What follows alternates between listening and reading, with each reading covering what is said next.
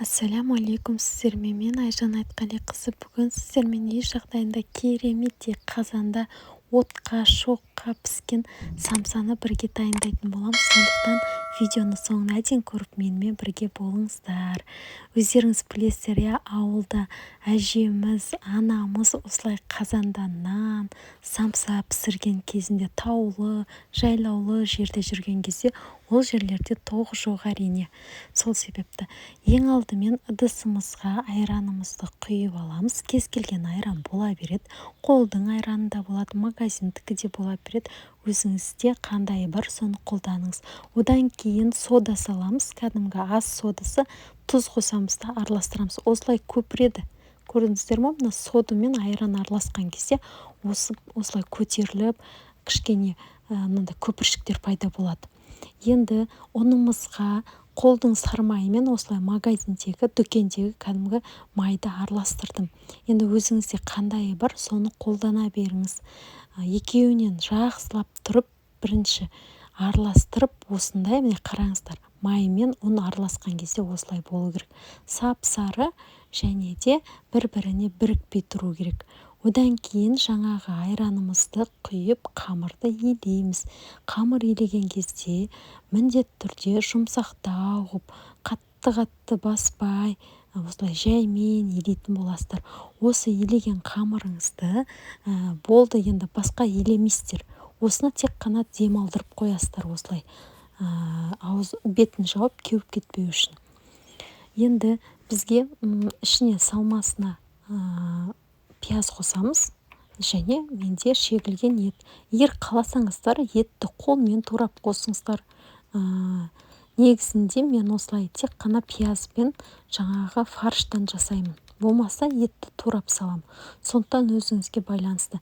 Және де ішіне май қосып жіберсеңіздер болады.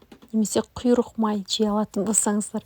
Себебі ол негізі отқа піскен кезде дәмі ерекше болып шығады. Мен майды да бәрін фаршпен бірге өткізіп жібердім. Сондықтан сіздерде егер май қосқанды ұнатпасаңыздар, кәдімгі қолдың сұйық майын қоса беріңіздер. Одан кейін дәмдеуіштерден тұз қосасыздар, қарабұрыш қосасыздар, тағы өздеріңіз қандай дәмдеуіш қосқыларыңыз келеді, қоссаңыздар болады. Қамырымызды енді аламыз да, жай ғана осылай бөліктерге бөліп аламыз. Қамырды қайтадан илемеңіздер. Қалай тұр, солай кесіп жасай бересіздер. Тек өздеріңізге қандай көлемде самса қажет, соған байланысты өздеріңіз қамырды бөліктерге бөліп алсаңыздар болады. Мен домалақ қып жасаймын формасын қазанға, сондықтан маған осыншалықты қамыр жеткілікті. Бірінші бір шетінен бастап біріктіремін да, сосын шетінен қамырларды қосып, доп-домалақ қыламын да, ең соңында астын жақсылап бекітіп, осылай кішкене қатты мұжбаймын. Қазір екіншісін көрсетейін тағы да сіздерге. Міне осылай жайып аласыздар. Өте жұқа болмау керек қамыр. Себебі бұл қазанда піседі. Сондықтан кішкене қалыңдау қыла беріңіз. Енді өте де қалың болып кетпесін. Міне осылай. Егер қаласаңыздар 3 бұрышты самса жасаңыздар, өздеріңізге қалай ұнайды, солай жасай беріңіздер.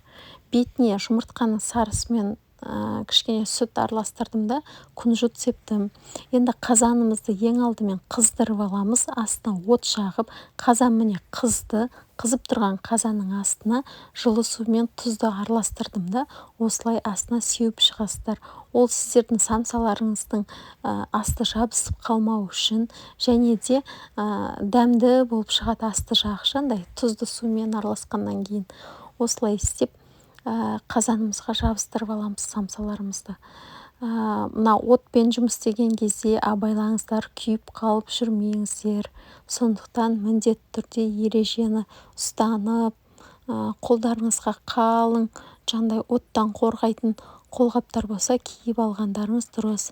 Міне самсам пісіп шықты, керемет болып.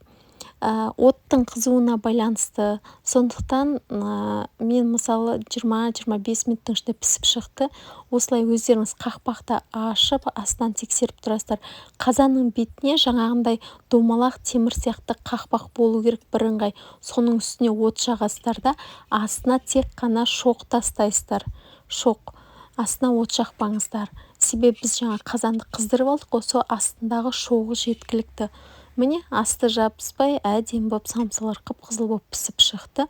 Осымен менің самсам дайын болды. Жасап көріңіздер. Сіздермен бірге болған Айжан Айтқалиқызы. Менің каналыма тіркеліп лайк басуды ұмытпаңыздар. Өте ыстық болып тұр. Ас болсын.